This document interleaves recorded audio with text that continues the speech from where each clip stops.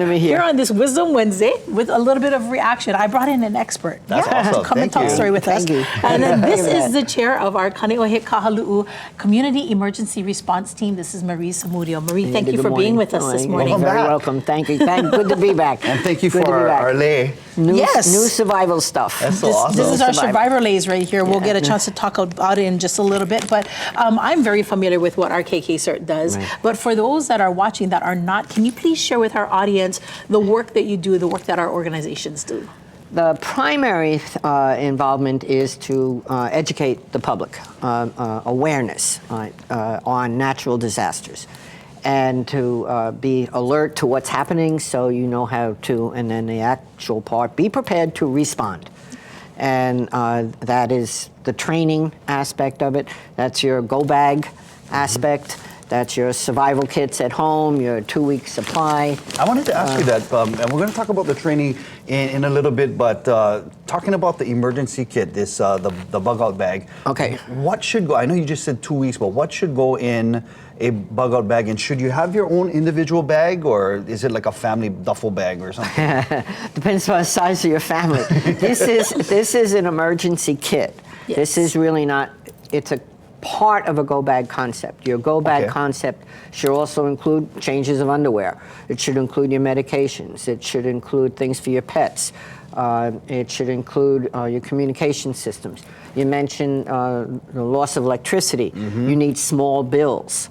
Okay, you don't need $20. ATMs are not going to be working, right? Yeah, right. And you need and they have to be small bills because you're not going to get change necessarily. Right. Okay, so those, whatever is best for you, you need, if you have children, and even for yourself, some toys or things to play with, and reading material, things to write with. It's a whole collection, and there's a tremendous amount of material out there for you to make your own proper go bag. Okay, now that's the one thing. And there's your survival kit, your 2-week supply, which is a whole other story, the amount of water you need per person in your household, per pet, and again, all of that, and in somewhat of a safe place. And that's the best thing. The easiest thing is to get, no, good, we have it on there. Easiest things to get put together for yourself. Know what you like. What do the kids like to eat? What do you like to eat? Do I have a variation of things to eat? Is it nutritious?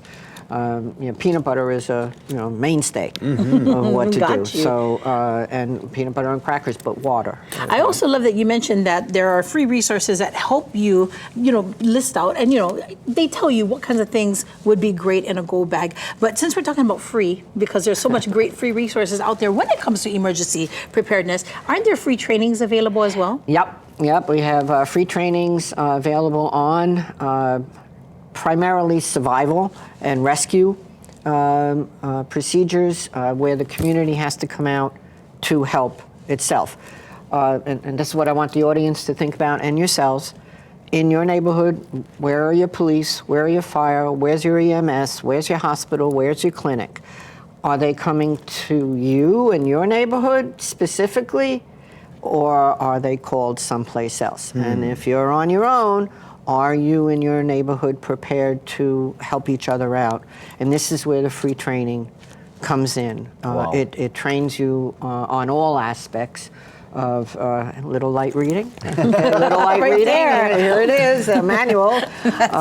2 days of education about disasters, 1 day, and the second day on how to respond, how to splint, how to bandage, how to first aid, basic first aid, how to search and rescue. Wow, very important stuff. I live like 3 minutes away from Bina Girl, so I just gonna go to her house. Okay. But if, She ready? but if people don't live as close to her, how can we learn more about the training? Well, on the DEM website, they have a schedule of training. Okay, they are in the June and July. Do we have the schedule? We actually have the website up on the screen. Yeah. Oh, okay. Honolulu.gov/DEM/get trained. Yeah, and you can play around with it if you have trouble. You can play around with it.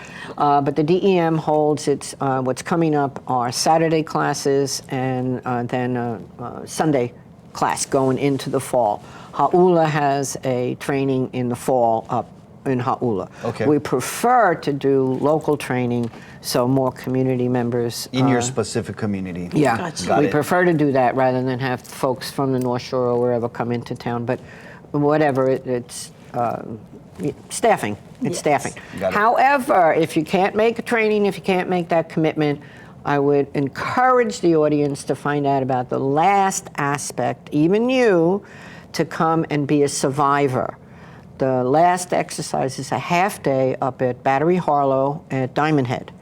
And we do the whole program. We do the communication systems, the incident command, the search and rescue, the triage, the evac. Wow. We do all of that. And we switch roles. Very comprehensive training. And if you are a survivor, okay, which are usually the volunteers, friends and family of the people who have been trained, you'll learn a lot on how this is done. This is so you awesome. don't, if you can't do the full training, at least consider being a survivor. Marie, thank you so much for being here. Again, the website up on the screen. We gotta hit a break here, but we thank you so much. We want you to come back because you have so much wisdom to share on our Wisdom Thank you. Wednesdays.